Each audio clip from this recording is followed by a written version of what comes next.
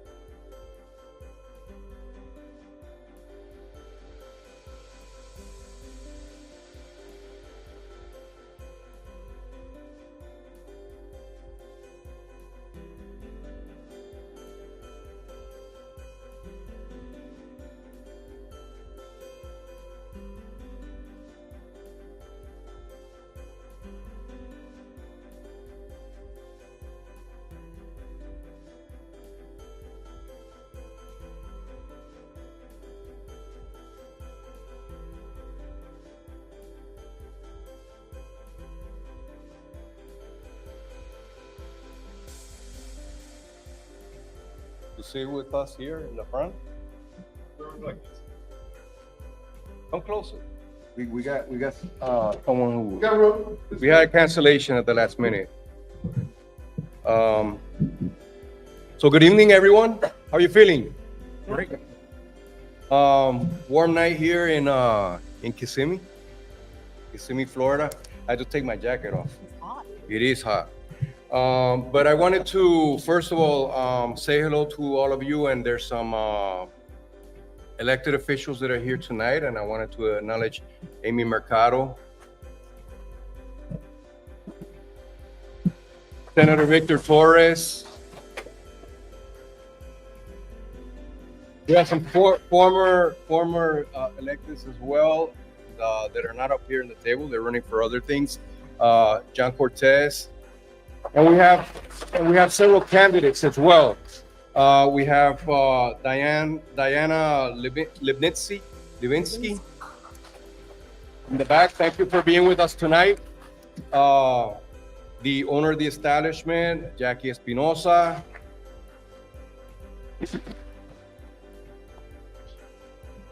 Jackie Centeno. How can I forget that? Jackie Centeno. We have Wes Hodge in the back also, who's running for Orange County Supervisor of Elections. You're running also? I'm sorry, I don't know your name. Barbie. U.S. Congress, okay. And Anthony Nieves, who's also running for State House. Melissa Vickers, you look different. You look different when you're not wearing your t-shirt. Yes. Okay, I know Melissa. Okay, all right. We are very honored to have all of you here. This is the third of many other candidate forums that we're going to be holding throughout this year, leading up to the elections in the primaries, and then also the elections in November. And today we are hosting the candidates that are running for the open seat in the Senate of the Florida Senate seat 25. We have Carmen Torres, Alan Grayson, and John Arguello. Shortly, they will introduce themselves and they'll say a little bit about themselves, give some opening statements. But before that, I want to talk a little bit about the rules and about the process that we're having here tonight. First of all, I do want to address the fact that we have two candidates that are not here. I want to be very, very open and honest about the fact that this date did not work from the very beginning for one of the candidates. That was Kristen Arrington, Representative Kristen Arrington. We tried to work on days, you know how these things are. We're doing events every week, 2 sometimes per week, and getting the date that fits for everybody, unfortunately, is a tough job. But we know that if she had been in town, she would have been here with us today, but she had a prior commitment. So I wanted to make sure that was clear to everyone in the room. And then Jose Martinez was confirmed, but apparently at the last minute, his campaign decided that he wasn't going to show up, withdrew his confirmation or whatever. So we have one candidate who was going to show up, but didn't. So first of all, my name is Marcos Vilar. I'm the founder and executive director of Alianza for Progress. Alianza for Progress seeks to unite the Puerto Rican and Hispanic. My time is up. We have a clock. We have a timer. We'll get to that. So Alianza for Progress seeks to unite the Puerto Rican and Hispanic populations in Florida and develop leaders from within the community that will support progress in our community. We're committed to establish genuine relationships with the Puerto Rican and Latino community, its leaders, and its allies. This leads us every day to ensure that we change the current system that disproportionately ignores the value of our hard work as Hispanics in this community. Our grassroots efforts with the Hispanic civic and political participation is not unique to our culture, but it is part of our culture and our tradition. And we build long-lasting power base that fights for economic, social, and environmental success of all of our community and our neighbors. Today, we have, as I said before, the candidates running for Senate District 25, which includes a large portion, the whole portion of Osceola County and some parts of Orange County as well near the airport. Before we start, I want to say that sometimes in these conversations, the candidates will say one thing or another. We reserve the right to do the fact check on everything that is said here. We believe in democracy. We believe in everyone having a right to say their positions and say their truths, as long as they're truths. So we will fact check the statements that people make. If we find anything that is inaccurate or false, we reserve the right to point that out as loudly as possible into the future. So we ask everyone to be truthful and honest in their responses. You would think you wouldn't have to say that, right? But it is 2024. So each candidate will have 2 minutes to do an opening statement and 2 minutes to do a closing statement. We will start on one side and end with the other side. So if Carmen starts first, she will be the first one, and we'll go this way. And then in the closing statements, John will be the first, and we'll go then in this direction. So that's for opening and closing statements. The questions will also be timed to 2 minutes, so every person will have an opportunity to answer for 2 minutes. The timekeeper is Carla Rivera right here in the front, and she'll be holding the watch so that all of us can see. And also we ask the candidates and also the audience, because there will be opportunities for the audience to engage in the conversation, that we don't do anything that's in a personal attack, right? Keep it to the subject that we're discussing at the moment, keep it to the facts, keep it to what we're trying to do. We're trying to set an example of civility in our community, and it would be disrespectful to do otherwise. Please note that cameras are in the back room, so everything that is being discussed here today will be recorded. It is being transmitted live on our platforms and some of the platforms of the candidates that are running tonight as well.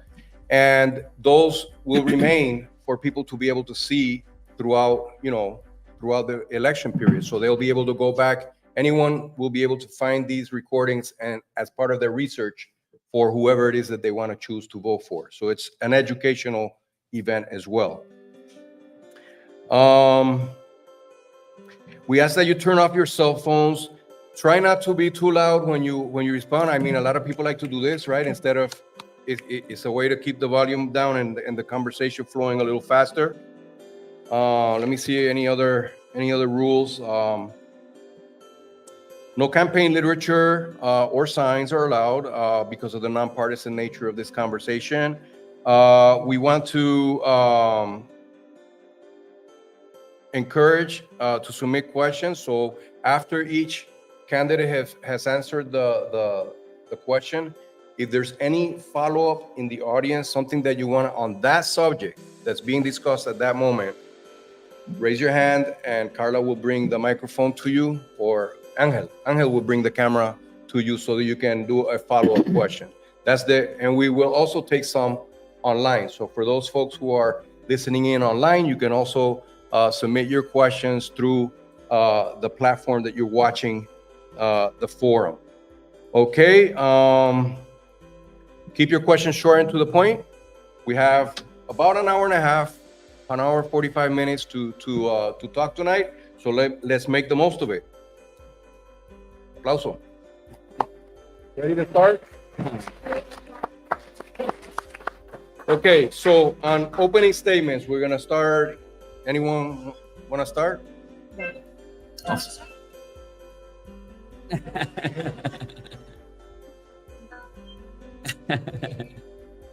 You tell me when to start. Okay. I'm John Arguello. I'm currently Osceola County School Board member. I'm the only conservative here tonight. I'm also the only conservative on the school board member. Sometimes it feels like I'm the only conservative in Osceola County, especially in terms of the elected officials. I'm not ashamed of that. I'm very proud of that. I wear that as a badge of honor. I love this country absolutely as much as anyone else possibly can. I have fought for this country in Afghanistan over 2 tours. I have been a CEO, run a manufacturing company. I have employed dozens of people. I truly enjoy what I do. And that's just not as an elected official. This is probably the part that I like the least, but I do like the working hard for people, creating policy, fighting for parents in Osceola County, and being a member of this community. I have 5 kids. I'm married to a woman named Nicole.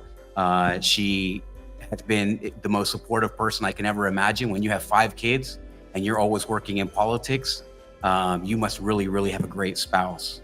So I do. And my entire family lives here. At one point, we all lived in the same neighborhood, within a couple of miles of each other, within a mile of each other. And so we're a very close family. And that's probably the most Hispanic thing that we can all relate to. We are an extremely close family, familia es todo. And that's probably the reason that I got involved in politics. I was told a long time ago when I was a child that there are 3 things that you can do to prove yourself. You can go to law school and prove that you're smart. I went to law school. That's not true. You can go to the Army and prove that you're brave. Went to the Army twice, did that. That's probably true. And then you could become elected and bring honor to your family. And I did that. And I was very disappointed to find out that there's not a lot of honor in politics.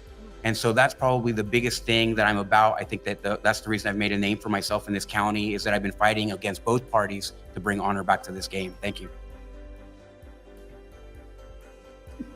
Mr. Grayson?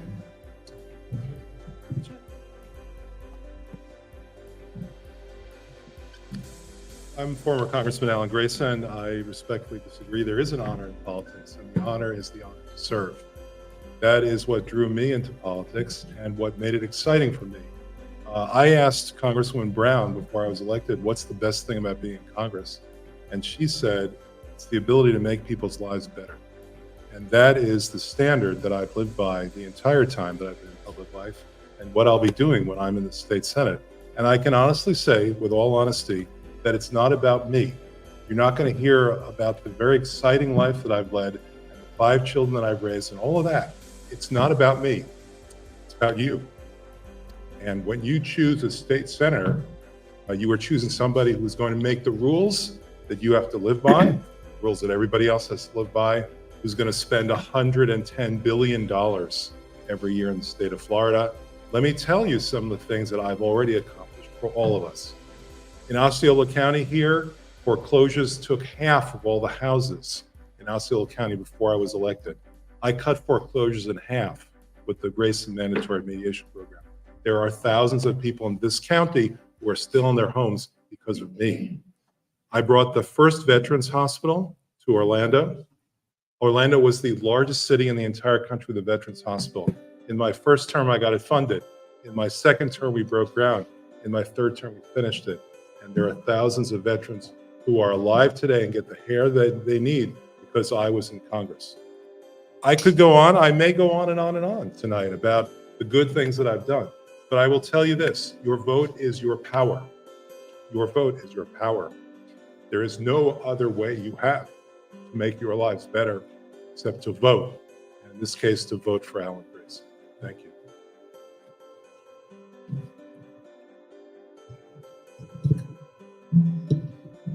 Well, good evening, everyone. My name is Carmen Torres. And first of all, I'd like to thank Alianza for having us here tonight. I know that they've made an extreme effort to make sure that they have all of the candidates from all the different House and Senate seats, as well as commissioners and Congress, et cetera, et cetera. But I just want to say, yo soy la candidata del pueblo. Okay? Yo soy la única que habla los 2 idiomas. Y quiero decirle que yo nací en Puerto Rico, pero me crié en Nueva York. So translation, I was born in Puerto Rico, but I was raised in New York. I was actually raised during the Port Apache era. And, I could have been a statistic, but I wasn't, right? I was a teen mom, just like my mother before me, who migrated from Puerto Rico with no English at all. But when I was growing up, you know how kids are, they're sponges, right? So I became, the house interpreter and then the community translator. I'm sure many people here would, raise their hands to that because it's just what happens when you migrate from Puerto Rico into the mainland. I started to take care of issues in my community, and eventually that brought me to become a police officer in New York. And eventually, after I left New York in 1993 and came here to Florida, we wound up in Marin County. And Marin County was a location where there was a lot of racial profiling going on. And so I decided I was going to engage with many of the organizations that were on the ground taking care of issues such as racial profiling with all the undocumented that were working in the farms. Fast forward, I relocated to Orange County in 2003 and decided to jump into the political arena. I had become a community activist as well as a political organizer. And I've done so many different campaigns from soil and water all the way to presidential. So to say that I've been engaged in my community is like to say I have been engaged in my community for the past 31 years here in the state of Florida. Wasn't born in Florida, but I am a Floridian. And I can honestly say that we have done quite a bit since we hit this county. My daughter, as you know, is the property appraiser, and my husband is the state senator. Unfortunately, they're the only two people of Puerto Rican descent in the state legislature, or were, because now she's a property appraiser. But that's something that we have been able to do, even though we have 1.2 million Puerto Ricans in the state. The two people only to hold office. Thank you, Carmen. We are flipping from the phone to the timer. I'm sorry, I didn't hear the bell. Okay, so watch Carla when you're speaking, please, so that we can keep track of the time. So now we're going to go into the question and answer portion of the program. And what we're going to do is we're going to start with a different. So we're going to go around like this and around and around. Okay. But each time we'll start with a different, the next person. So John started before. Now Alan will start this round, Carmen, and then we'll go back to you. Then Sounds good. Then Carmen will start with you, and it'll continue going around as long as we're asking questions. We're going to start like I said, our question and answers, and we want to start with a subject that is very close to everybody, I think, in Central Florida and probably in the entire country, not just the state of Florida. But I think the state of Florida has some particular problems, right? And some particular problems that Florida has. And when it comes to housing, it's multiple things, right? It's for renters and for homeowners, right? The taxes are going up. The insurance has doubled in the last 2 or 3 years. It has been one thing. Homelessness is something that is a result of the unaffordability of homes for folks all over the country, but also especially here in Florida. Excuse me. So, Mr. Grayson, what can we do, and what will you do as a senator of the District 25 to work on improving housing, the housing situation for the constituents of the district? Well, I appreciate the question, and in particular the question, the way you said it, which is what will you do? But let's also talk about what have you done? That's the real question for elected officials. We've been in office.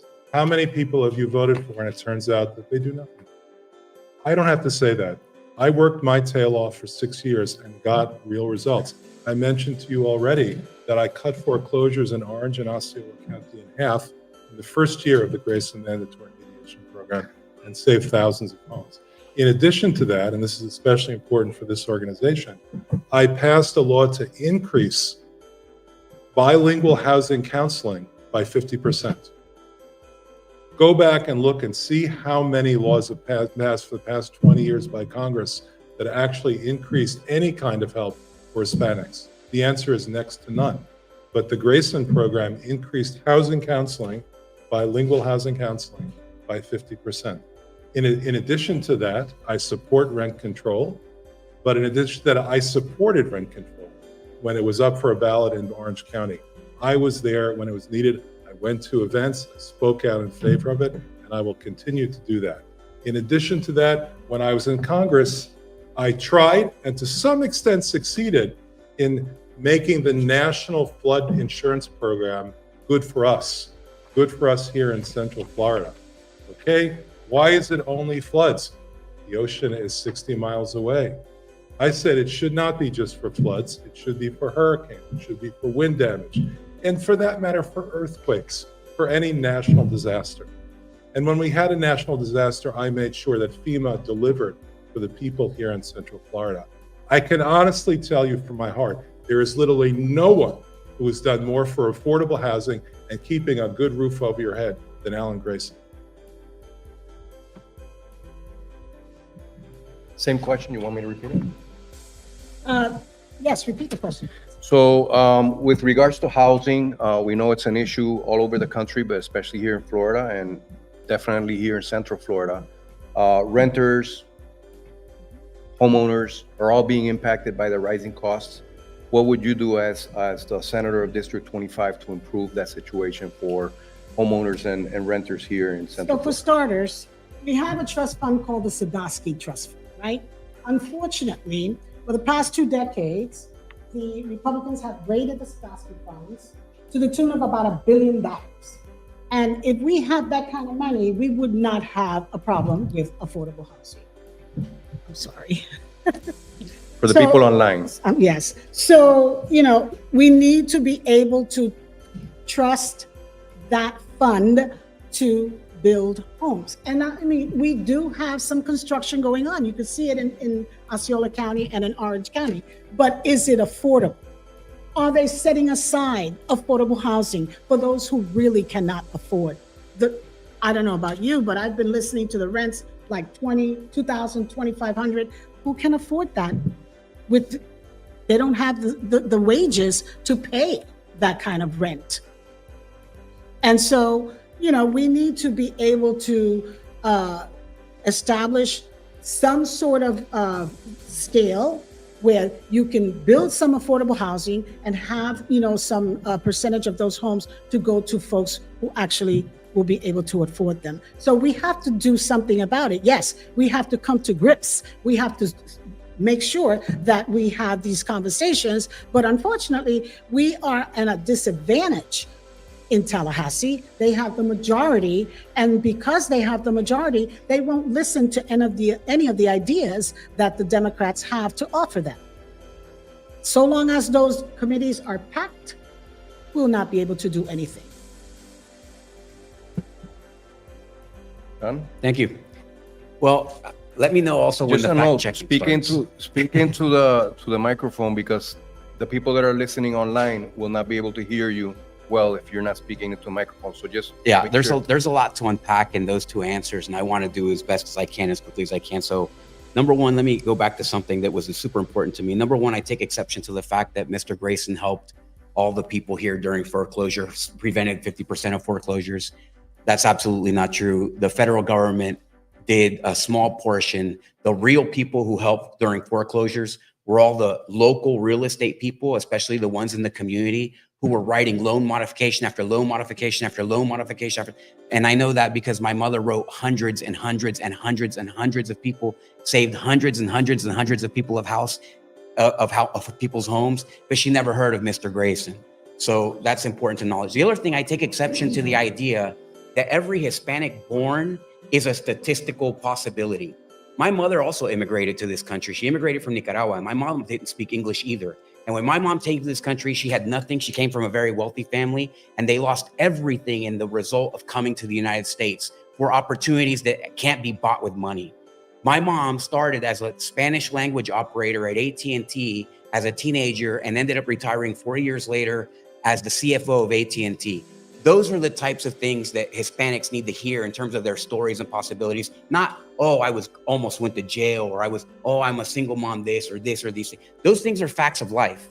But Hispanics can overcome that just like every other race can overcome that. I'm very tired of people thinking that, oh, well, we're Hispanic, so I guess we'll never be able to achieve because of these obstacles in life.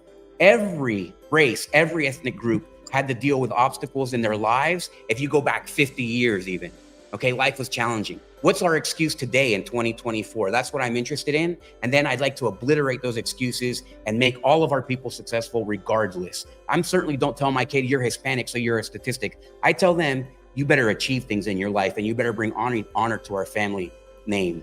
Thank you. Thank you, John Arguello. We are going to take a question on this same subject from the crowd, and the candidates can address whatever they want to address at that point. So over here, a question in the back. Angel, one question from the crowd. No. We need to have you on the mic for the online people that are connected. So give me 1 second. I'll go right there.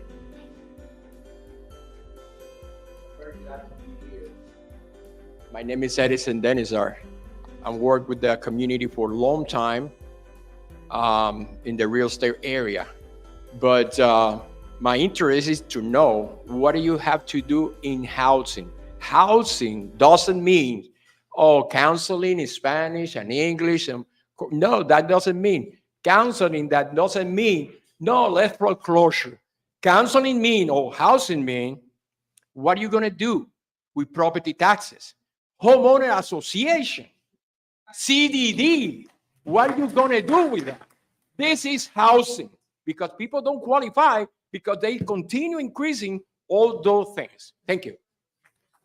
So we start with Carmen, John, and then we finish with Alan. Well, like I said before, I mean, we have to make sure that we have enough housing for those who can afford it, depending on the type of wages that they have. Unfortunately, that is not the case. And so we have to think of outside the box and see what we can do for this type of, of unfortunate circumstance, right? And so we have to allow the governments to do, their flexibility, particularly, local governments to, exercise what they need to do with their cities and counties. But Tallahassee keeps preempting everything that local governments want to do. So, I mean, we were on the ground for years with Vamos for Puerto Rico. We worked on creation of, the affordable housing and the rent control. We were there in every county commission meeting fighting for these people. What happened? Nothing. Why? Because Tallahassee preempted everything that the local governments wanted to do and needed to do for their communities. And so until and when we get rid of the majority in Tallahassee and bring some parity and elect some Democrats and have some real conversations, then maybe we can tackle the affordable housing and homelessness and everything else that's going on, not only in Osceola, but in Orange County. And by the way, you said that, this was just a couple of places behind the airport. Let me tell you, this district is all of Osceola County and the southwest section of Orange. The southwest section of Orange is huge. If you were paying attention to the census in the last 10 years, the growth came from Osceola and Orange County combined. We were supposed to pick up an additional congressional seat, and this governor denied it to us. Thank you. John? Yeah, thank you. So if you want to, HOA is a huge problem. Property tax is a huge problem. If you want to resolve that problem, you need to have somebody that is, Carmen spoke about parity. We need somebody who's going to fight with parity against those organizations who are fierce organizations who fight hard against the people, right? So there's nobody here is going to fight harder than me. I think that you've seen that. When I'm protecting families here in Osceola County, I fight hard. I leave everything on the table. Nobody's going to fight HOA problems the way that I would, period, under any circumstances. They just don't have the capacity to fight the way that I do. And I can use that capacity to fight for HOAs, and I would. Number two, let's talk about, we can talk about all this, the state. We won't be able to do anything if the state doesn't allow. Well, then don't vote for a Democrat because they're in a super minority. If you want to get anything done, if you want to get any, It's the excuse me, if you want to get anything done, then you're gonna have to vote for a Republican just to have your voice heard, right? That's because they're a super minority. Republicans are super majority. So the other thing is that we have a problem where our local government, she talks about more local governments doing more. We have the most corrupt local government in the entire state of Florida. And those are Democrats. So you think that they're going to improve it? The last thing that we want in this community is for our county commissioners to have more control over what happens in our homes. Okay. They're literally the worst set of county commissioners, Democrat and Republican. All of them are the worst and they are corrupt. You want to help people achieve houses? Why don't we have some parity in terms of them being able to create jobs, right? We can't get an MBE program in Osceola County. It's like one of the few counties that doesn't have an MBE program. So they said yes to veteran, yes to local, yes to small, no to MBE. Why? Democrats as the majority, because they don't have control over MBE. They don't have control over minority businesses. So if you want to be honest about what the problems are, I would get the county commission out of office. Thank you, John. Alan?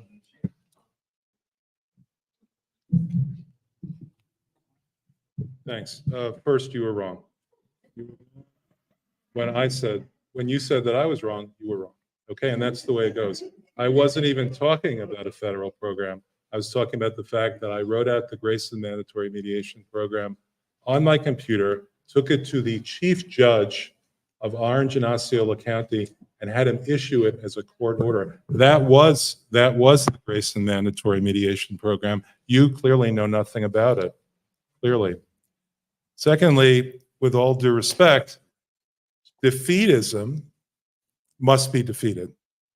Defeatism is the enemy, and defeatism must be defeated. It doesn't do any good to say, well, the Republicans have the votes, therefore we're not going to do anything. In my last 4 years in Congress, I passed more laws than any other member of Congress with the Republicans in charge.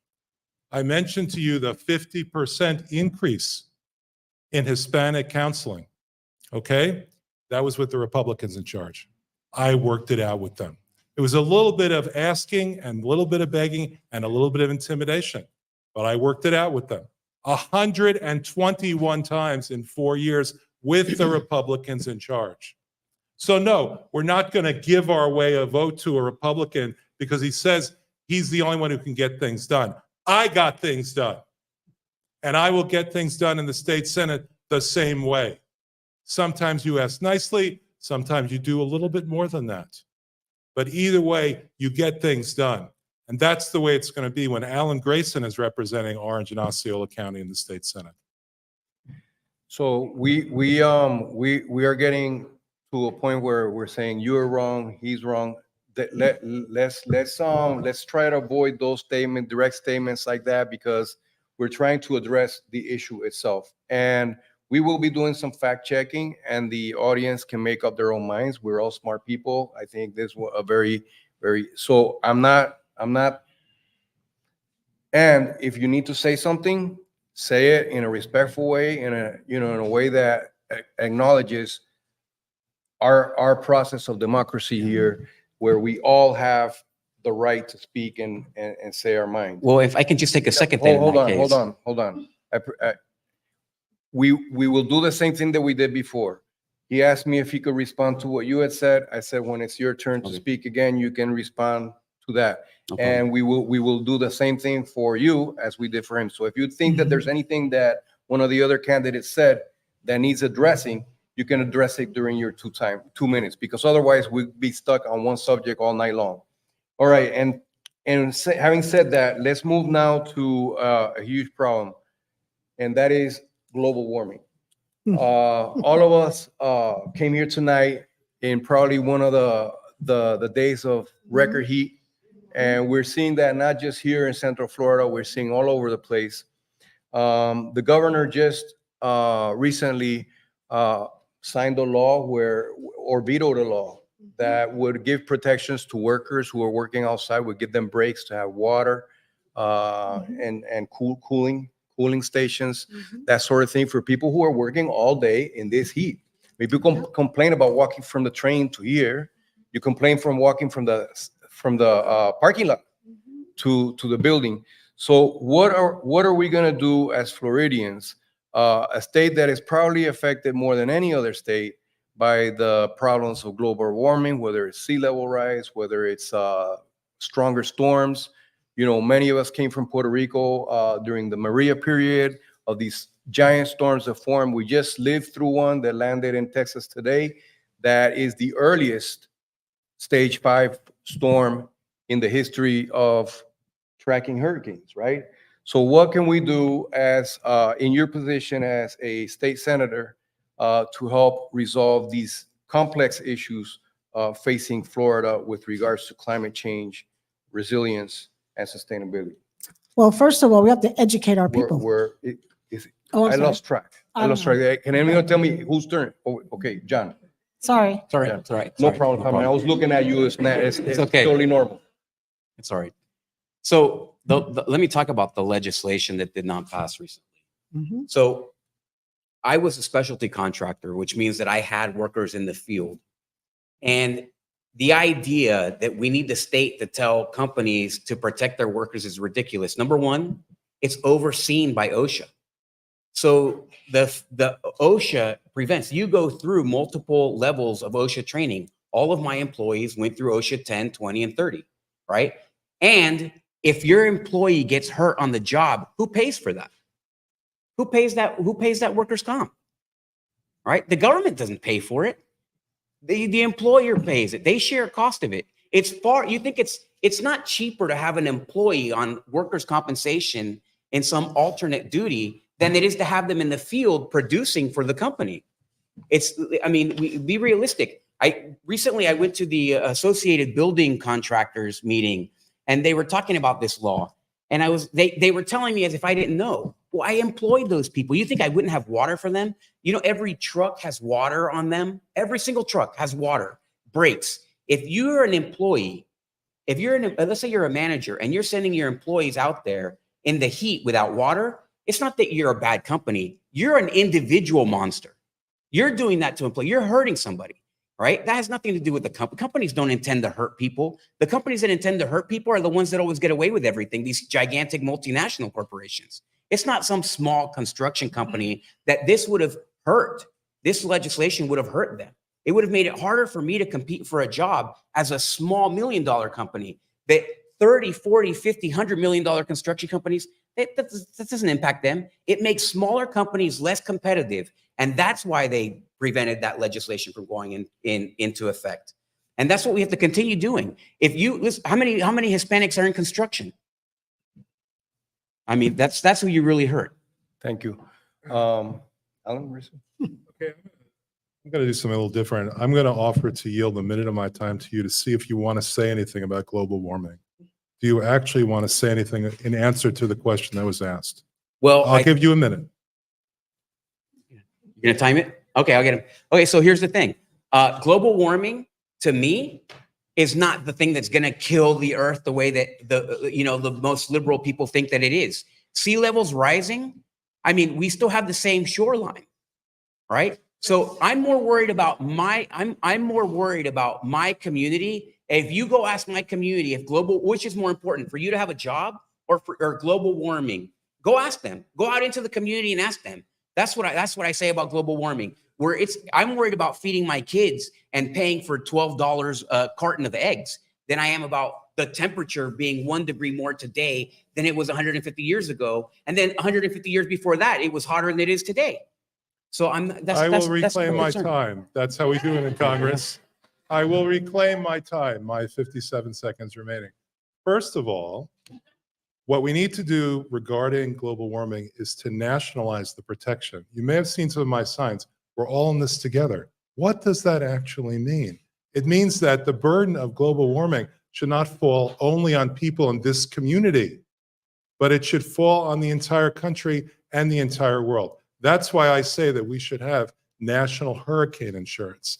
That's why I should say we should have national wind insurance, because it's national. That's what we need to do to protect ourselves from global warming. Also, I voted for the only bill in the history of the US Congress that actually would have done something about this problem, and every Republican voted against it. Every single one of them. I'm referring to the cap and trade bill. You want to do something about global warming? Vote for Alan Grayson. So first, we have to educate our people to understand why it's important to learn about global warming. And our governor wants to strike everything from books in school that says anything about global warming or climate change, for crying out loud. We've got to get rid of these Republicans. We've got to get rid of this governor. I mean, they're banning the books. They want to tell you what you need to learn, and they want to leave our kids ignorant and stupid about something as important as global warming and climate change. I mean, we have to teach them how to mitigate the circumstances behind what occurs after a hurricane or anything else for that matter, earthquake or whatever would happen, whatever what have you. So, I mean, come on, give me a break. Whatever happened in the past is not happening now. And we need to change the landscape of Tallahassee in order to be able to do anything about climate change or just the word in a book, for crying out loud. Thank you. Are there any questions online? Nothing online yet? Not yet. I want to remind those watching the forum online that if you want to make a question, you can go ahead and do it in the comments section. So here, having no questions from folks online, is there anyone in the room who would like to follow up on the issue of climate change, sustainability, resilience? And I just want to add, that they just, you mentioned, somebody mentioned OSHA. I mean, they just struck that, okay? I mean, it's just, they just decided that, it doesn't matter. Okay, so just I wanna fact check that. we will Yes. fact check Please, both. fact check. We'll put it on record. We'll fact check the question of OSHA. In the meantime, we'll move on then to the next subject, which at this point is the economy. In every single poll of the Latino community, the economy is the #1 issue. That's right. Jobs, cost of living, all of those are the bread and butter issues as we talk about them, right? Those things that make your life a better quality of life. So we're gonna continue now. You were first the last time, so it'll be Mr. Grayson that'll start us off on the economy. What is your plan for District 25, Senate District 25? Higher pay.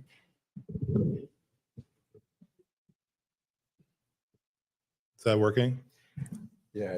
Okay. A higher pay, lower tolls, lower taxes, lower insurance. I am focused more than anything else on making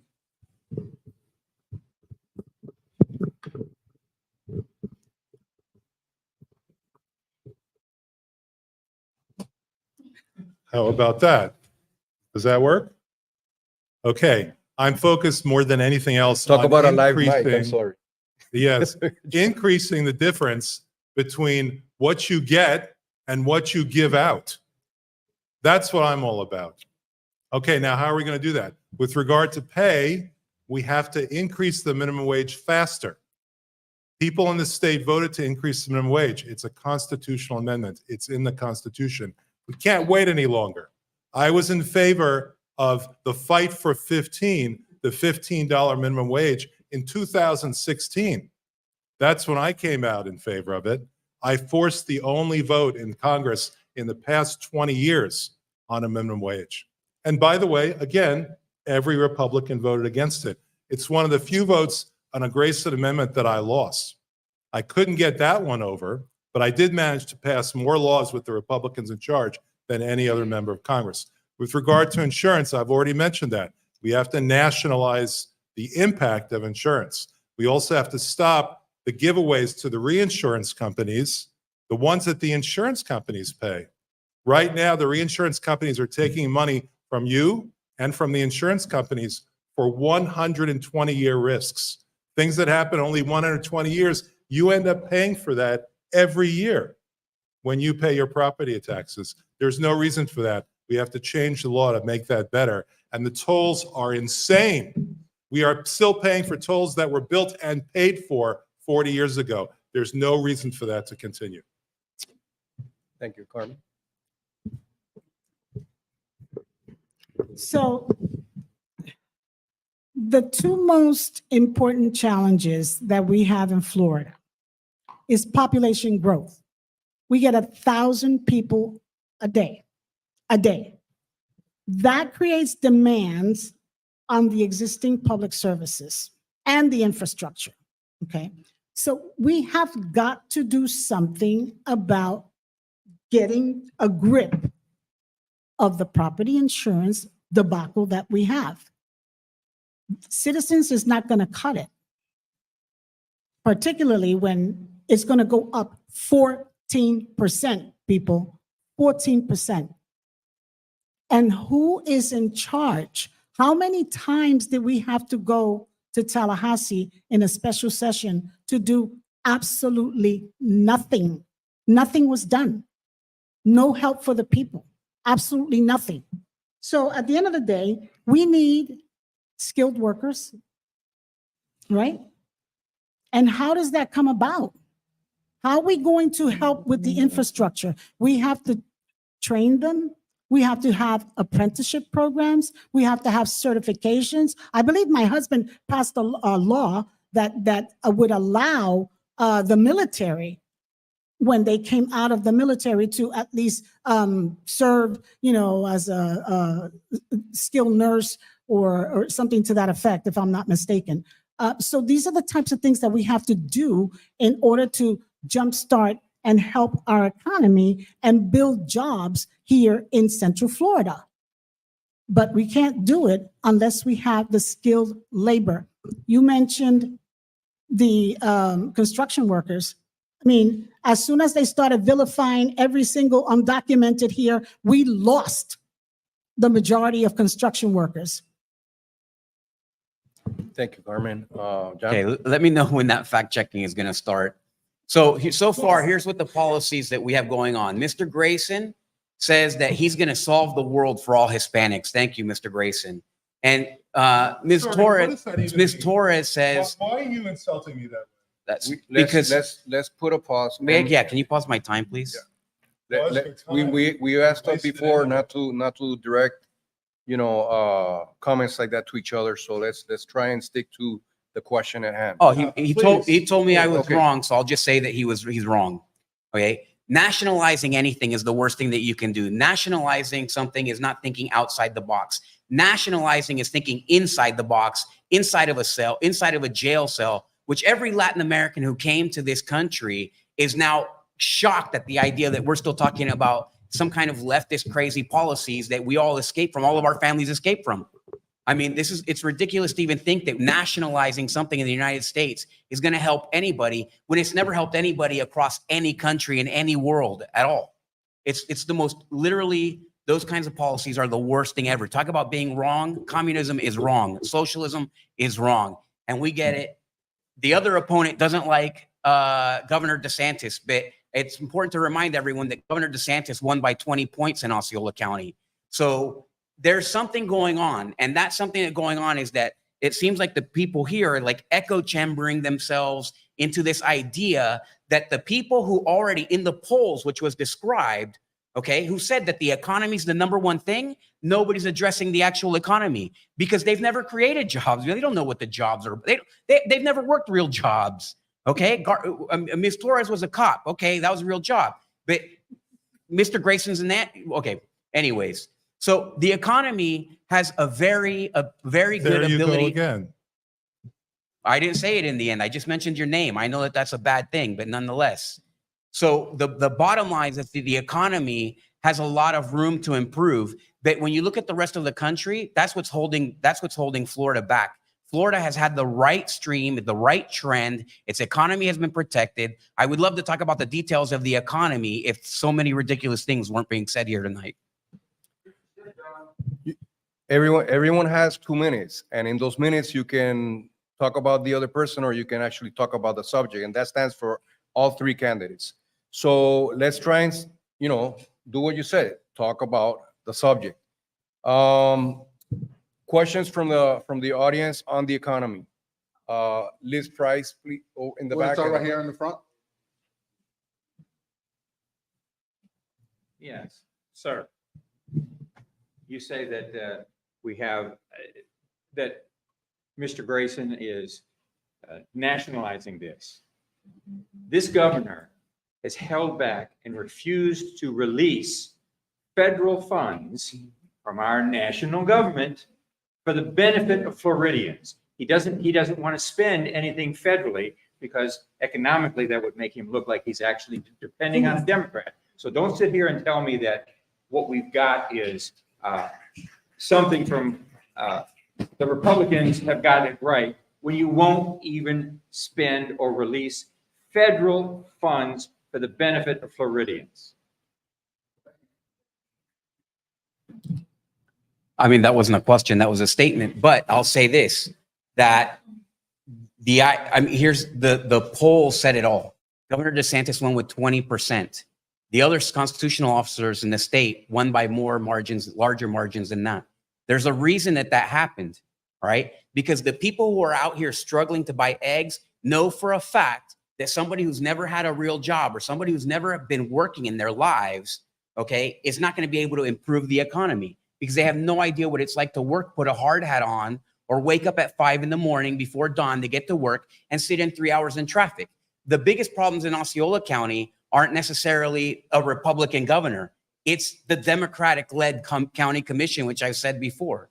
So that's a huge problem. You have to look at the development is out of control, right? And illegal, somebody's here. We're not here for illegal aliens. We're here for the people who are going to vote. We're here for the Americans. If we're not having a debate about what's good for the American family, then I came to the wrong place because that's who I'm here to represent. I'm not here to represent illegal aliens. I think that is an absolute wrong thing to do. We need to be focused on the American family here tonight. And that's what an elected official should be able to talk about, not talk about illegal aliens, serving illegal aliens. I mean, Excuse me, we're talking about the economy, not illegal aliens. I'm talking about what's mentioned here, right?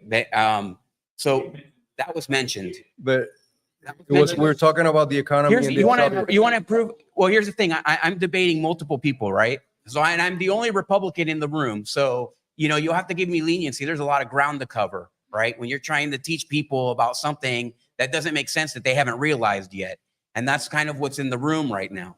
The fact is that the economy under DeSantis is way better than the economy in California. Okay, you want to talk about home prices? Let's talk about home prices. Okay, your time is up. My time is not up. Let's move on to the next question, please. Okay, so we're not doing timing. Excuse me. Okay. You, sir. We're dividing. Let's move on to the next question. Henry, please, if you can. Yeah, I think we have Okay, two more responses over here. Oh, good. So who do you want to go first? Okay. I don't even know what, I lost the question. Pasa el micrófono. I La have economía, not la lost the economía. question. I have not lost the question, and I respect the question. And by the way, for you folks sitting on this side of the room, I'm pointed in that direction, so I'm going to give you some love now. I think you deserve that, okay? Particularly you, because you pointed out that I voted when I was in Congress for $70 billion, $70 billion in more aid for Medicaid in this state. $70 billion. That's $3,500 for every single person in this room. Every single man, woman, and child in this room, and the Republicans wouldn't take it. The Republicans wouldn't take the money. They wouldn't take the money because the Republican healthcare plan is don't get sick. And if you do get sick, die quickly. That's why. So you're absolutely correct. They cut our nose to spite their face. They cut our nose to spite their face. How many people have passed away in this state because they wouldn't take the money from the federal government? $70 billion. Yes, there was a waiting list of 1 million children in the state to join the Medicaid list. You know what the Republicans did? They eliminated the waiting list. That's what they did. No more waiting list. That was their solution to the problem. Gary Siplin fought against that in Orlando. I fought against that in Congress. This is a disgrace. They have no right to take the money that we pay and send to Washington, D.C. and turn it away when it's supposed to come back to us. And it is a disgrace. It is a sin to turn down money for health care. The third bill I voted on was in Congress was to extend health coverage to 4 million children in this country. And I said at the time, I'm proud of this vote. This makes a difference to me. 10,000 children here in Osceola County and in Orange County get to see a doctor when they're sick. That matters to me. Okay, I too feel like jumping into the debate, but that's not my role. That's not my role. And I want to remind folks, we have a long night. We have a few more questions. I just want to say, I know the feelings are strong, and they should be. You know, all of us should have strong feelings, regardless of what our I just want to say that political- I worked all of my life. Nobody gave me anything. Okay? Just want to let you know. But you're asking the government to give a lot. Hold sorry? on. Right. Hold on. She spoke out of turn. She had, responding. it's Because you actually, said something. The timer's on. wait. We can interrupt each other. I was talking, as a matter of fact. But you know, I am not one to argue with a woman, especially not this woman. Do Democrats know what a woman is now? Carmen, you have 2 minutes. You have 2 minutes to respond like they did, okay? Well, I have to admit that the government has given us or wanted to give us money for numerous things. And unfortunately, the governor of the state doesn't want to release it. And when they do, they just want to have a ribbon cutting. And they act like they did it all. And it's coming from the American Rescue Plan. I mean, come on, let's get with the program here. We should have had a bullet train, and they gave the money away to to the other states. We should have Medicaid expansion, and they give away our money as well. We have 1.2 million children without Medicare, without Medicaid. We should have Medicare for all. I mean, there are so many cities and counties who have passed ordinance, I believe they're ordinance resolutions, to have Medicare for all. That's what should be happening. But no, we're not doing any of it because the Republican-held House, the Republican-held Senate, and the Republican governor does not want to help the citizens of this state. They wanted people, yes, don't take the vaccines and don't put your mask, etc. How many millions of people didn't die as a result? Fact check it. Okay? I mean, come on. This is what's happening in this state. And we've got to change the landscape. Unfortunately, yes, we are at a disadvantage when it comes to the Democrats. But in this race, this presidential race, we're going to pick up those seats and we're going to make a difference. Okay, so we're gonna move on to the next set of questions, and this set of questions has to do with democracy, civic engagement, and voter registration. Lately, a lot of third-party groups like Alianza have been fined for voter registration, and most of these fines I know for a fact because we have reviewed these fines and the registrations involved. And we've also brought suit to the state of Florida in these situations. And it's not just Alianza, it's dozens of organizations curiously focused and centered here in Central Florida, aiming to register Latino voters. If you look at those registrations that were targeted and that were fined, 70% of them, close to 70% of them were Puerto Rican registrations. Okay, so this is about making a law, okay, making a law that's unnecessary. You're making it more expensive to charge a third-party voter registration organization when the error is actually the error of the voter in many cases. In other cases, when the voters live in cities that cross multiple counties, like Davenport. There's addresses that say Davenport that are in Polk County. We all know that, right? Because Davenport is in Polk County. Mhm. But there's parts of Osceola County and there's parts of Orange County that also say Davenport. And the voter themselves don't know that they live in Osceola or Orange because Davenport is in Polk County, Mhm. right? This was a primary example of the type of fines that were put on third-party voter registration cards. That's an example, one example. There's many things that happen around democracy and about laws, redistricting, et cetera, in the state of Florida that help a certain party, right, Mhm. maintain its majority, if you would. So we're talking about democracy, we're talking about votes, we're talking about how maps are drawn. We're talking about a governor who designed the last maps, and that's not in their constitutional. So let's talk about democracy in Florida. Let's talk about democracy in the United States. We can answer however we want, but I'd like us to address those examples that I brought up.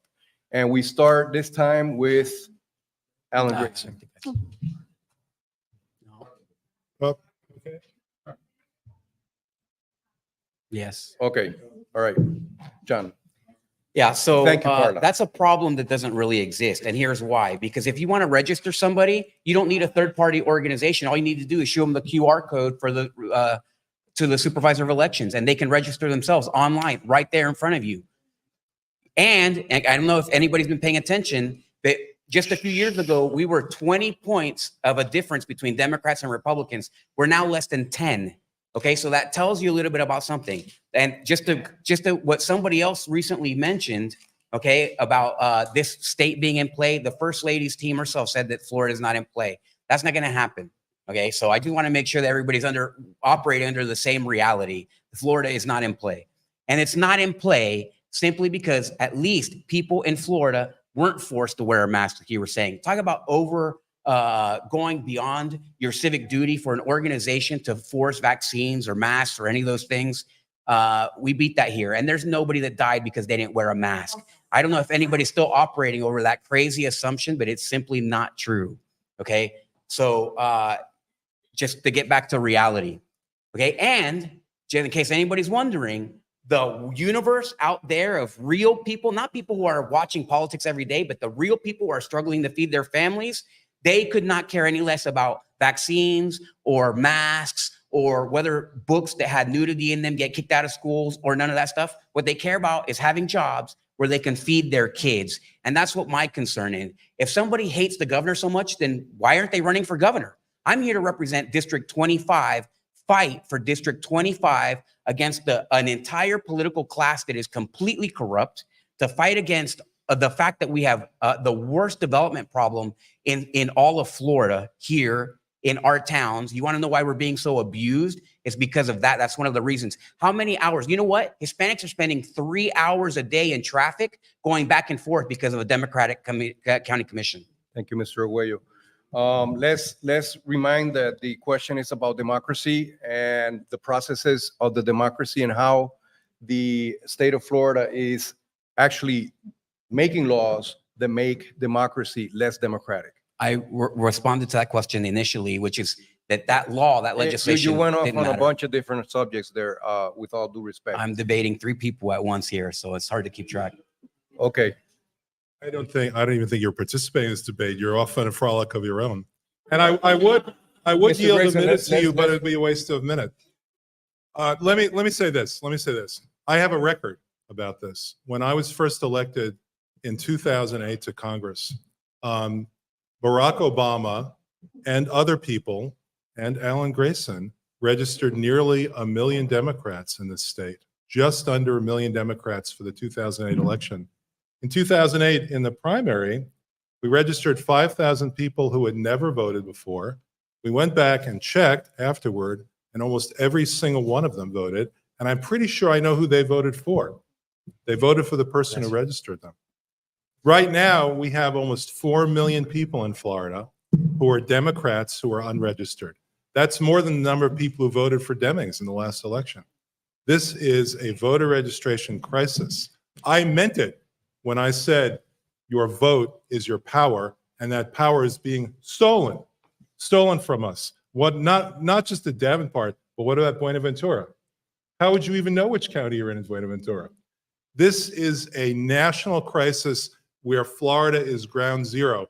We are 50th out of 50 in the entire country in voter registration. That's what the Census Bureau says, not just what Alan Grayson says. That's what the Census Bureau says. We are dead last now in voter registration because that's the way the Republicans want it.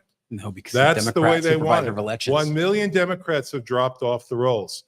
We, in one of my campaigns, the 2014 campaign, knocked on every door 3 times in this county, every door. And the result of that, and handing out absentee ballots to people and asking them to sign it, handing out absentee ballot requests and asking them to sign it, the result of that is that under Alan Grayson, 1/4 of all the Democrats in the entire state who had absentee ballots were in my district. Okay? I believe in voting, and I will stop at nothing to make sure that we keep that right. That's the only way to make our lives better.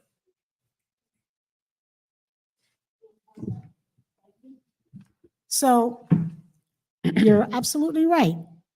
We were denied the fact that we couldn't go out to register people because people were afraid of COVID, okay, in 2020.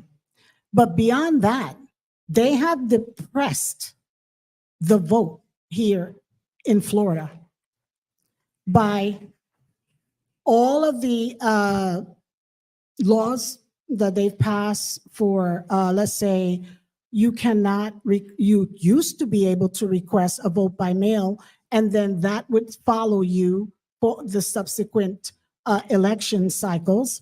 But what did they do this last cycle? They passed a law. They said, no, wipe clean. Everybody that had requested a vote by mail can now, they were no longer on the rolls. Now you had to request a vote by mail. There are people waiting at home for their vote by mail that is never going to come. It's never going to come. And what about early voting days? They cut our early voting days. They took away some polling sites. They gerrymandered everything. And I'm going to tell you, this is the last Hispanic majority minority access seat left in the entire state of Florida. You know why? Because they packed every single Hispanic into it when they gerrymandered it. And I mean, come on, we've got to get with the program here. Yes, we used to be up here with the voter registration, and now we're down here and the Republicans are here. And I'll tell you, it was an anomaly, okay? 2020. 2022 was an anomaly, so don't expect the same result. Because of COVID, people were afraid to go out. But the second thing was they were afraid to be charged $50,000 for an error that, like you said before, it could have come from the voter. My time is up. From the audience or online, do we have any online? No, Nothing we have a lot online? of comments, but no other questions. Okay. 1 minute responses because it's getting late. The same discussion, which is the discussion of not only the registration, but the purging of actual names and voters from our roll. You started the last round, so it's Alan Grayson. All right, let me make sure I have the question right. Let's hear it again. Yes, as I mentioned a few minutes ago, the issue is that there are 1 million Democrats who have been thrown off the rolls. 1 million in the state of Florida have been removed from the rolls. Far fewer Republicans, by the way. I'm sure that's just a coincidence, but nevertheless, that's the world that we live in right now. Overwhelmingly, it's the Democrats who are thrown off the rolls. And this goes back, honestly, to the Gore election when it was done by the Secretary of State, a Republican. The problem is that we need a way to fight back. Okay, what I'm saying is I will provide that way. We'll do what we did before. We registered tens of thousands of voters. I started with what's called an R+8 district. That means that typically it votes 58% Republican, 42% Democrat. I won that district by 25 points. Why? Is it because I'm good looking? Definitely not. Definitely Thank you, not. Mr. Grayson. Carmen. Well, I wanted to add that in this county alone, I requested the file, and they actually removed 14% of the Hispanics. I got a list like 496 pages that were totally removed. And then another 196 pages of inactive, because people have not voted in the last 2 general elections, not consecutive, but general. We have a problem. We have to educate our communities now, because so many things have changed and they're not aware of it. And unless we do something about it, we're going to be in the same rut. And, to answer, not to answer, but to comment on the voter reg.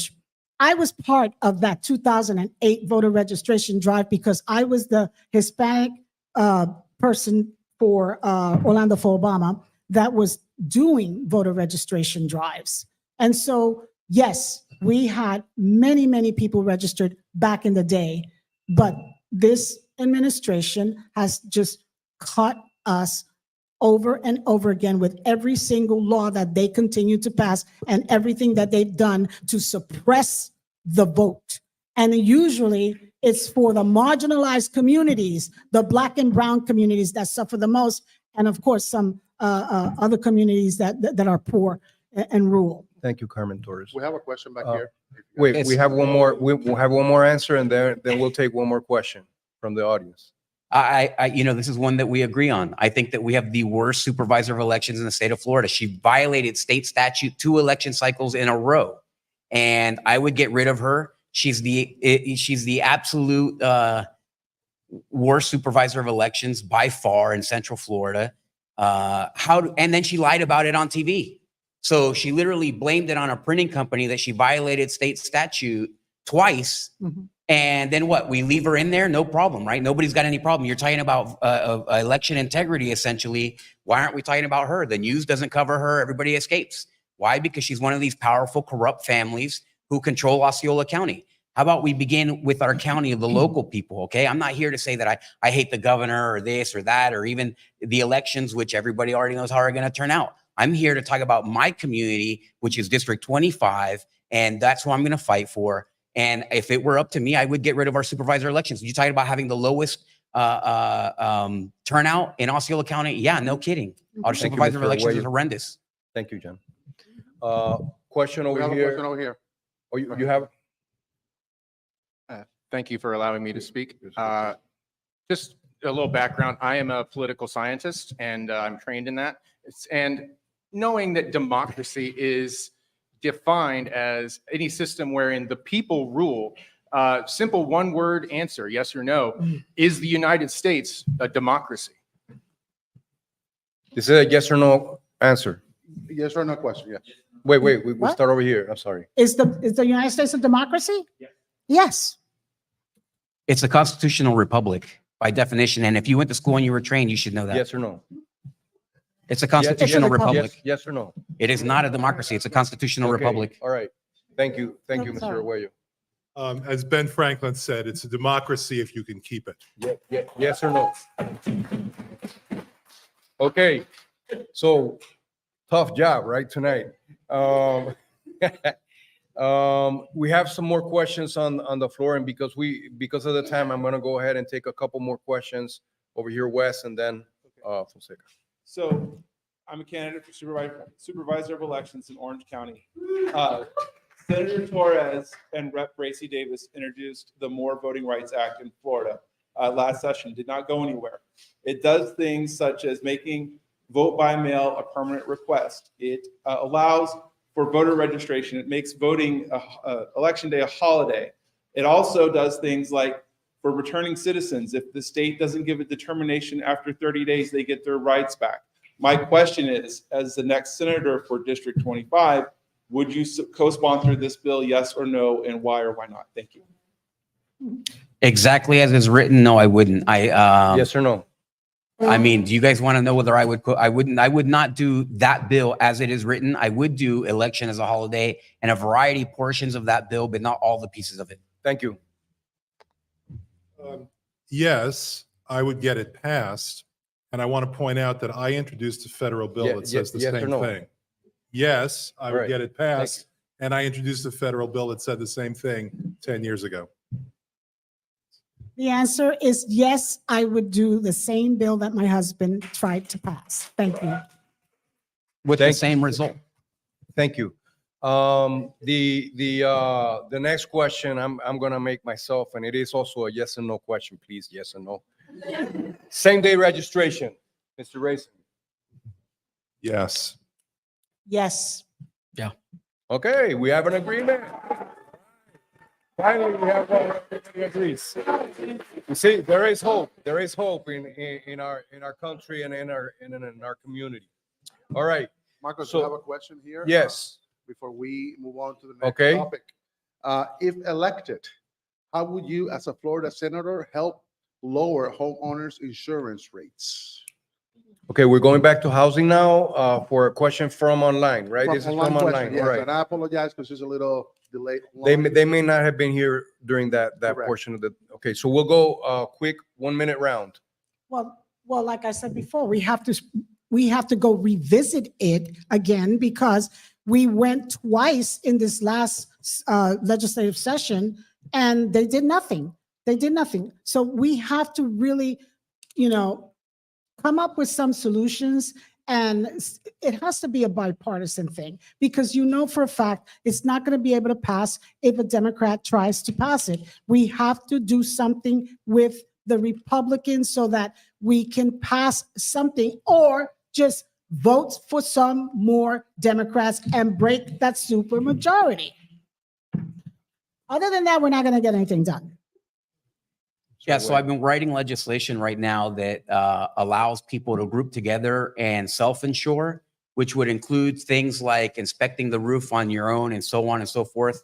So that if you pay huge fees already to do this, and if you could take a few $1,000s, what you're paying to your insurance companies now, and you get a group of homeowners and you self-insure, you may be able to prevent all that cost and reduce what you're paying to the insurance company.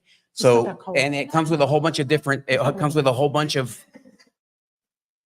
listen, you talk about thinking outside the box. Number one, that's what I'm all about. And I have the intellectual capacity to do that. Number two, I know what a law looks like. Okay. So I can write legislation that protects the homeowners, right? And then we can actually right now you have all the control with the insurance companies. So if you guys like that, by all means, have a Democrat tell you they're going to do something that they'll never do. Here, you're getting a Republican who's actually going to be authentic and tell you exactly what his plans are and be honest, even in a group like this. Okay, so I'm not coming here to lie and deceive you about who I'm not. So that's legislation that I like, is the control in the American people's hand. Thank you, Mr. Arguello. In order to think outside the box, you have to know where the box is. I'd put that shirt back in the box. First of all, self-insurance is also known as non-insurance. Okay. Every hurricane I've lived through, and I've lived through a number of them, it hits every single house in the neighborhood. Okay. If you all get together and self-insure the whole neighborhood, you end up with zero. That's not true. Zero. Okay. That's not thinking outside the box. That's not even thinking. Now, with regard to what we should do, first of all, as I mentioned before, cut the cost of reinsurance. Second of all, make a national program for all of this. Third, what we have to do is to make sure that citizens' rates are kept low, and you can do that by law. We have to reduce the cost of citizens' rates. Mr. Grayson, we have, did you answer? No, I Okay. just want to say that they want to increase citizens 14%.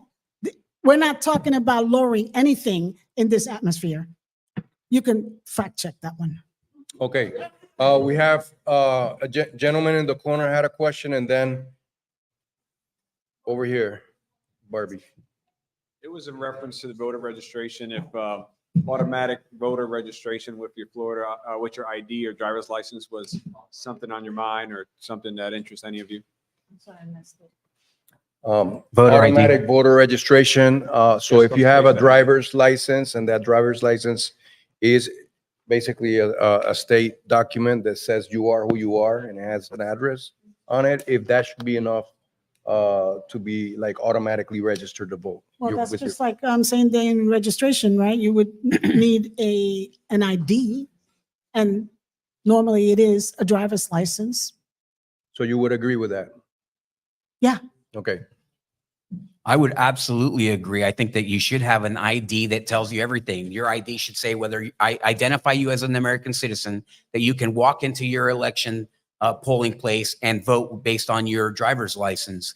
Why the redundant systems that are completely separated from one another? It doesn't make any sense. The government likes to make everything more complicated and uglier. So I would absolutely have on your ID, you walk in, they can scan it. And why in a specific place even? If I'm driving back in traffic and the way we have here in Osceola County, and I can hit that poll before it closes, I should be allowed to vote there as well. And your ID will prevent you from voting anywhere else after you voted.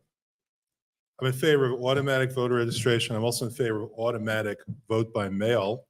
Oregon has automatic vote by mail, and the highest rate of citizen participation, the highest rate of voting in the entire country. That's not a coincidence. We need both. Thank you. Barbie?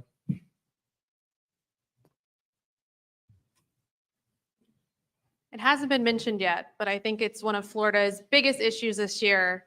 So I have a question for all of you, and that's your take on Amendment 4 and women's health care rights. But also, sir, I have a specific question for you, because as a woman, as a mother, and as a mother who has become a candidate dealing with a medically complex son who ended up passing away, how do you justify your talk of being in political service with honor? And are you really okay with calling people retards openly and with no shame? How do you justify that? Okay. April 19th on Twitter, a fundraiser for Anthony Sabatini hosted by Timothy Sharp. I have the recording. Okay. So, yeah, that was me that said it, right? Is what Yeah. you're saying? You're on the school board. You want to represent us in the state senate. So how are you okay with calling disabled people in your state, in your county, retards? I didn't call any disabled person a retard unless that person is a county commissioner. Who were you But calling that? okay, so do you want me to answer your questions? I'm not going to get into a debate with you right now. I'll answer the question if you like. So let me know when my time starts. She's talking through it. So I want you to actually answer she's the question, she's though. talking through Answer it. Okay. So I'll answer by saying this. I never called any disabled person retarded. Okay. Fact check that. I mean, so far, nothing's been fact checked this evening. So Well, that's a great fact check right there. We will. So if number two, what was the rest of your question? Amendment 4. I'm absolutely against Amendment 4. Abortion throughout and wherever it's been, it's just, I would love to get to a society that is post-abortion. That's not healthcare. My belief is that life begins at conception. I do not believe that we should be I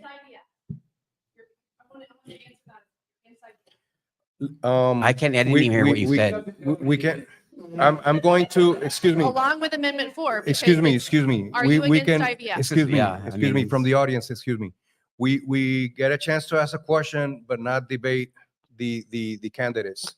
You know, okay, well, you wait your turn for the question. There's still two candidates who haven't answered the question. So let's let the first candidate answer, and then we proceed with the rest. Carla.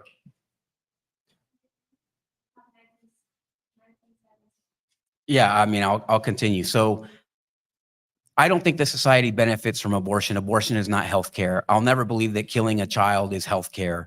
So it's just, that's not me. I'm against Amendment 4. I would also like to say very quickly that, you guys can be super hostile here with me, but you're preventing people from coming here and dialoguing across the aisle.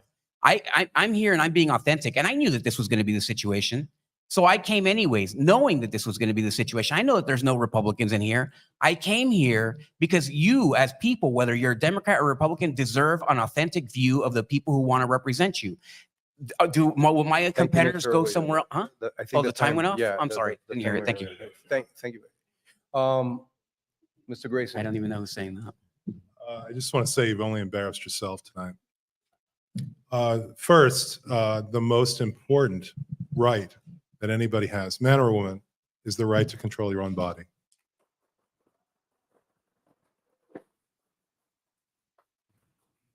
I don't think that's correct. 43 seconds. I just started. Okay, I understand now. All right, this is very important. Excuse me if I go a few seconds over. The government has no right to tell anybody whether she can remain pregnant or not. That's our rights to decide. It's ridiculous. If the government had come to me when my wife was pregnant with 5 children and said to me, okay, it's not up to you, it's not up to her, it's up to us, I would have said that's farcical. It's completely ridiculous. We have things in this country that are prohibited. We have things in this country that are required. Whether you have a child is in the middle. It's up to you. And if you want a country that's post-abortion, you're talking about a country that's post-sex.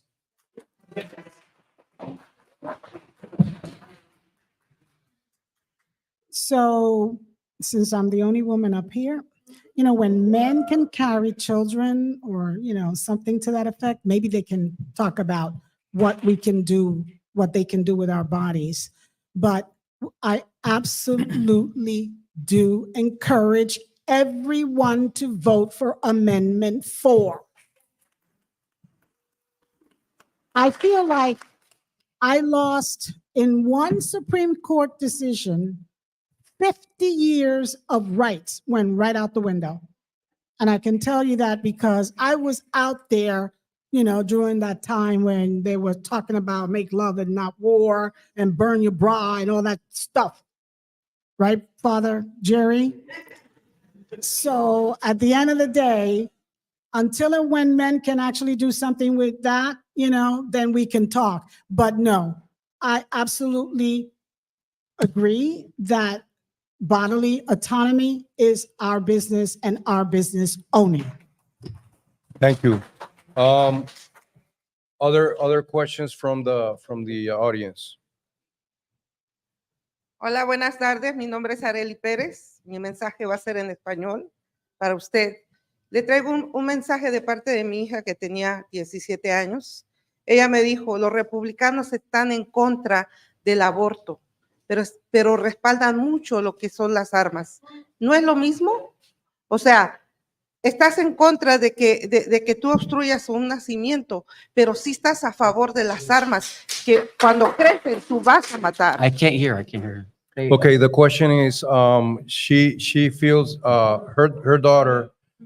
I didn't hear the last part of the question. The question is the contradiction between being against abortion, but for guns that kill.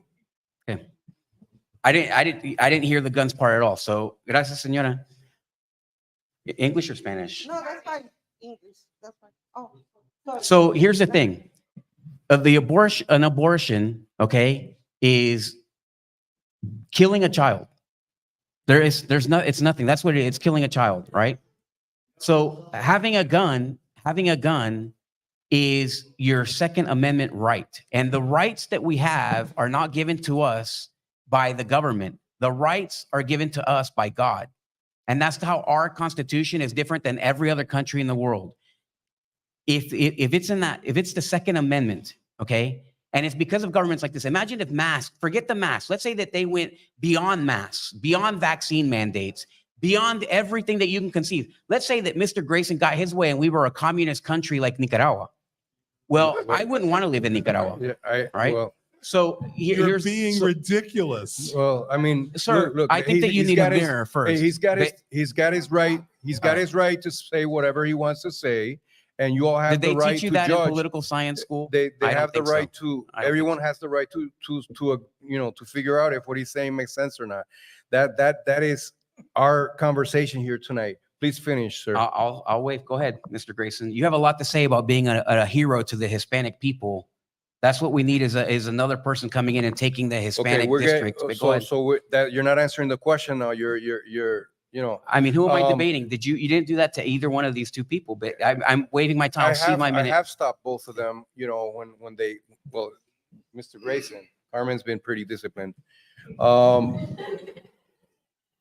he wants to pass the microphone to you. Okay, I just want to say that you're trying to turn this into a pity party in your favor, and it's ridiculous. Okay, now, with regard to your question, all I want to say is I agree with your point. I think that's a fair point. And I don't really feel like I need to elaborate on it. Okay, when we had the worst shooting in American history that happened 8 blocks outside my district in downtown Orlando, I was there at 5:30 in the morning figuring out what I could do to help. And that day, that morning, I called the Secretary of Health and Human Services, and I made sure that the victims' partners could join them in the hospital, which was at that point against the law. That's the way it was. When someone is lying on the ground bleeding to death, the question is, what are you going to do about it? And I answered that call, and I made sure that everyone who could be saved was saved that day. Thank you, Mr. Grayson. Carmen Torres. So there is a big difference, and I agree with you on those 2 counts. I am also a Second Amendment, person. I own guns, but I don't believe in guns, like assault weapons and, bump stocks and all that other stuff that Republicans like to push on us. And it's really sad, that people actually have to make a distinction or a comparison between the two, because there is no comparison. One is guns kill people, and the other one is reproductive rights of a woman, the right to choose. There's a big difference. People are not out there just killing babies like you folks like to say. That is not true. It's not true. Thank you, Ms. Torres. I would fact check that. You're right. I wanna say that we did have a question on guns, and if the questions are on that topic, we can continue taking questions from the audience. No, actually, the question was not on guns. I've been going to your meetings, which they're great, by the way, and I hear all this thing about abortion. My question to those who are pro-abortion: have you ever talked to a rape victim? Because you're looking at one right now. My body, my choice. If I had to give birth to that child, would I abuse that child? Would the government be taking care of that child? Those are the real questions here. That's all I have to say. Okay. So, I wanna. Get the answer? We can. You all want to address the question? I didn't hear. I think she wants me to answer the question. I don't know. Was it a question? Just clarify. Okay. So I'll do it very quickly. I think that if you were to ask any child who is born due to conception from rape, they don't regret their life. And if you ask the mother of that child, I think that 9 out of 10 or more would tell you also that they don't regret that decision. But Excuse me. He's allowed to say whatever he wants, and you can believe whatever you want about. And that can be fact checked. So I think that the people who have survived abortion are absolutely, they don't regret their life. So if somebody can introduce me to the sane person who regrets their life, regardless of what they're the product of what type of conception, I would happily entertain that. Hold on. Do you want to comment? Okay, please. My heart goes out to you. And me too, because at the end of the day, it is their decision. That's the bottom line. Question from the floor. Microphone. Thank you. So I do have a question. How about if it's a 12-year-old who's pregnant and needs an abortion?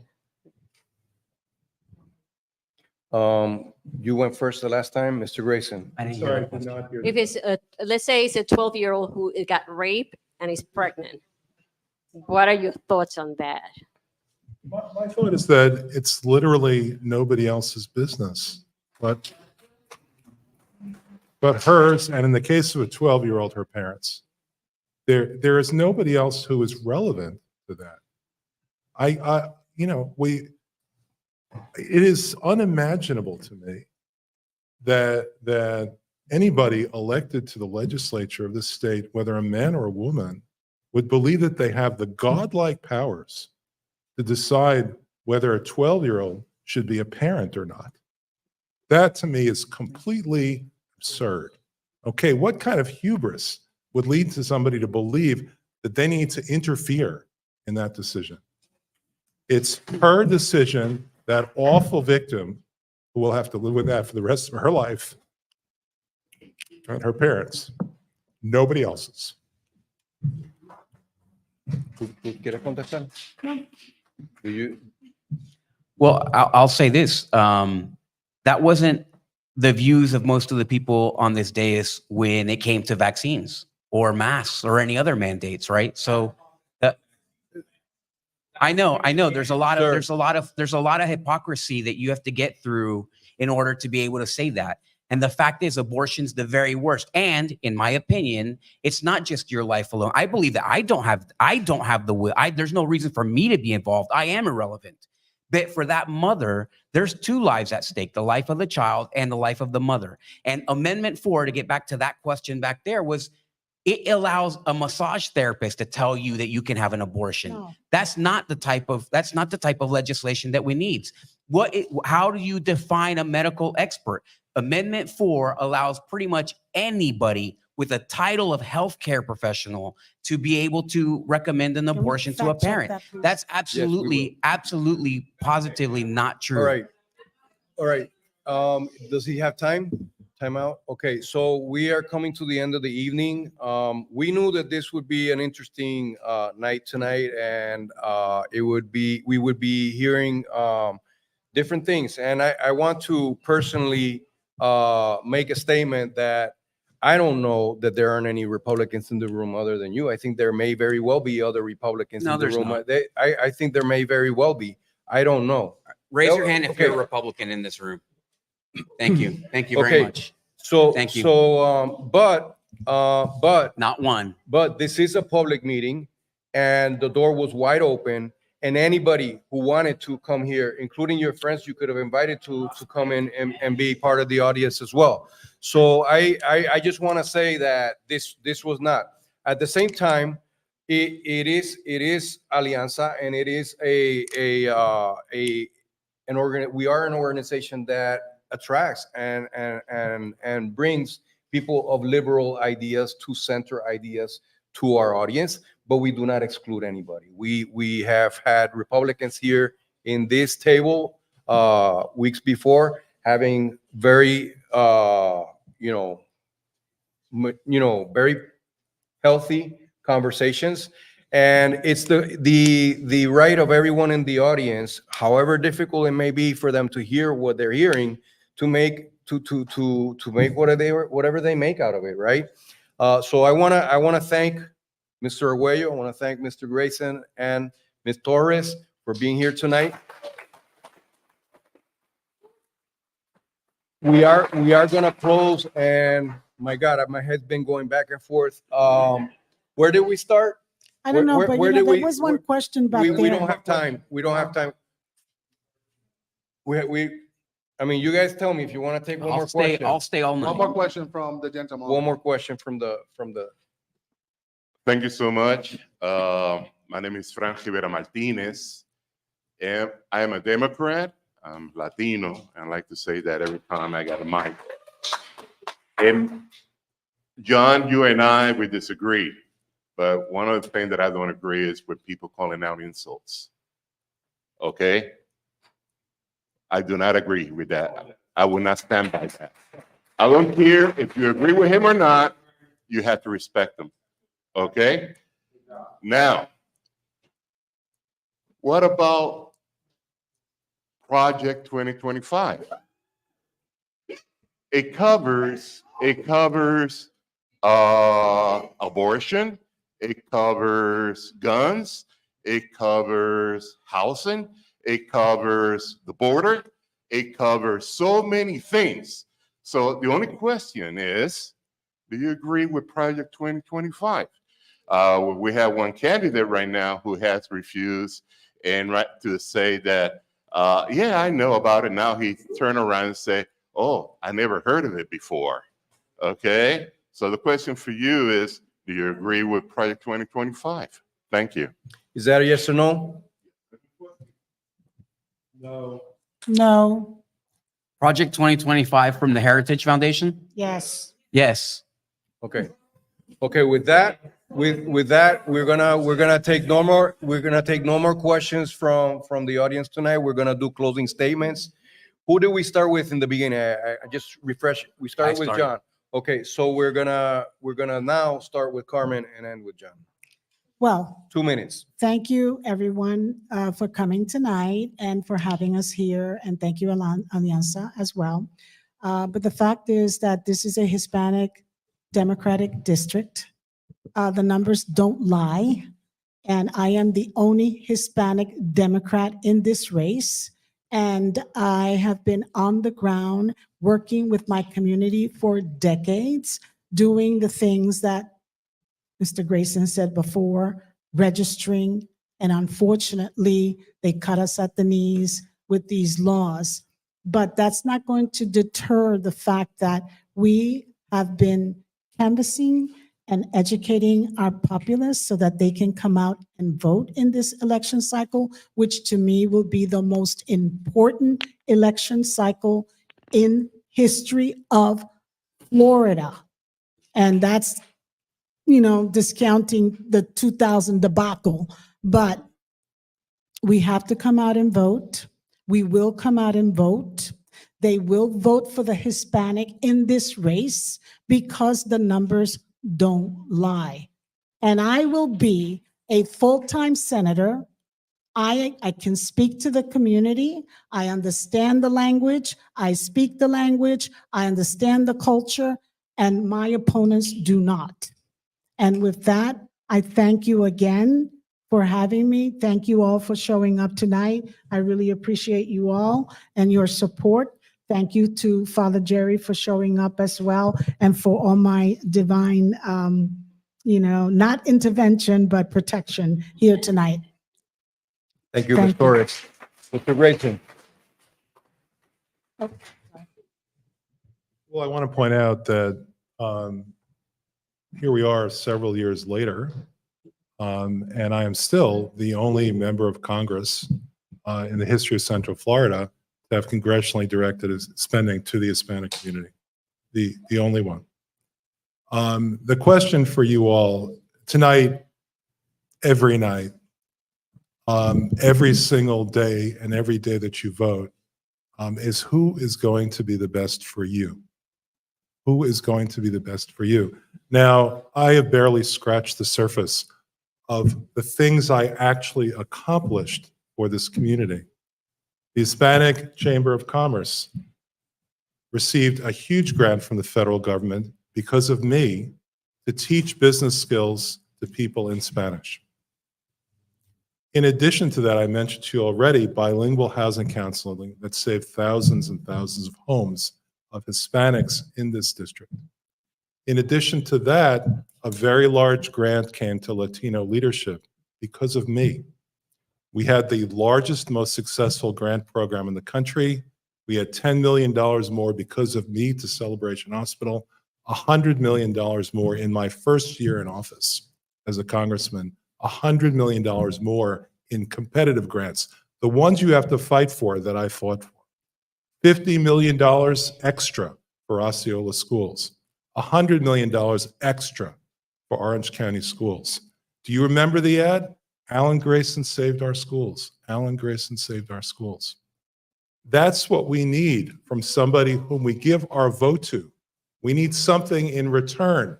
What you need, what we all need, what I need, what my family needs is an action figure in public office. Somebody who's going to get good things done. That's why you should vote for Alan Grayson. Thank you, Mr. Grayson. And final word for John Arguello. Yeah, thank you both for coming this evening. I'm pretty disappointed that the other dude didn't come. That would have been even more fun. The great thing about a room like this, all right, is that you guys are not afraid to be yourselves. You guys deserve leadership who's also not afraid to be themselves, who will tell you one thing, walk into the next room and tell a different crowd something completely different.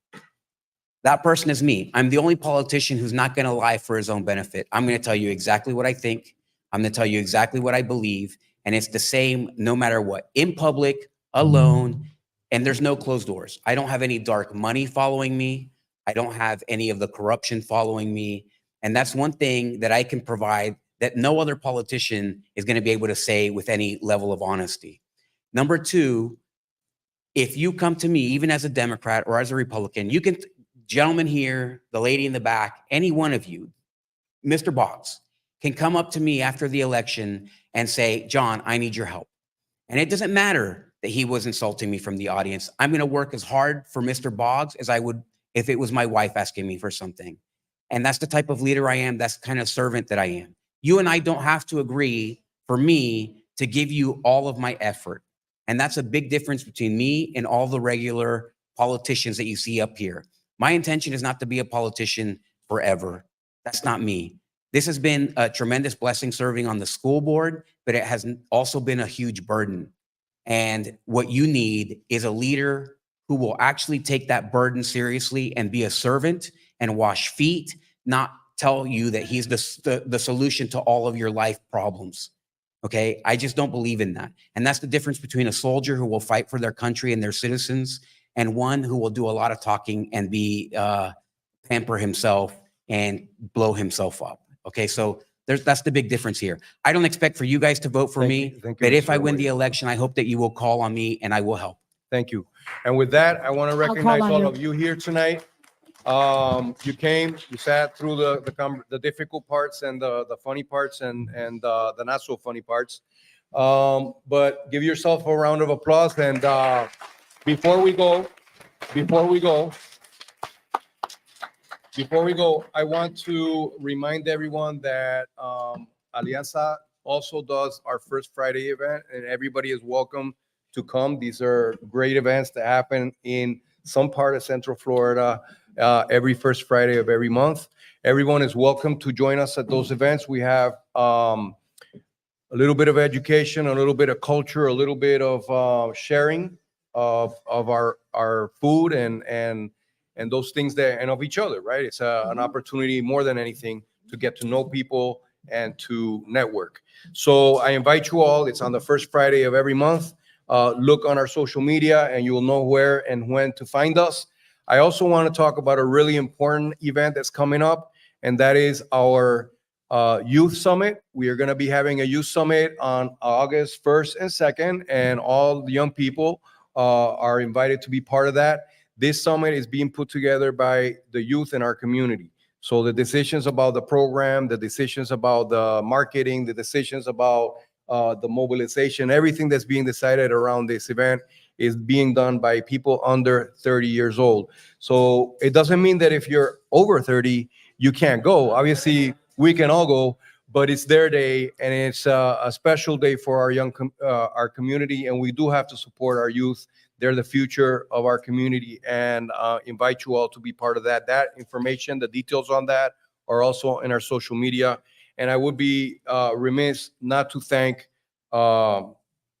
Jackie Espinosa for allowing us this beautiful space.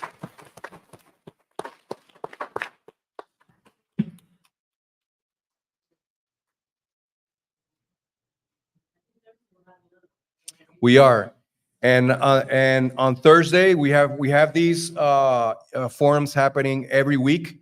I hope people watching us online, choose to come and show up in person also. I know it's convenient, but we love to see a full room like we have tonight. And we wouldn't be able to do these if it wasn't for people like Jackie Espinosa, who basically lends us this space for us to be able to have these. This week, actually on the 11th, this Thursday, we'll be back here in this room, and it'll be the candidate forum for Sheriff of Osceola County. That promised to also be a lively one.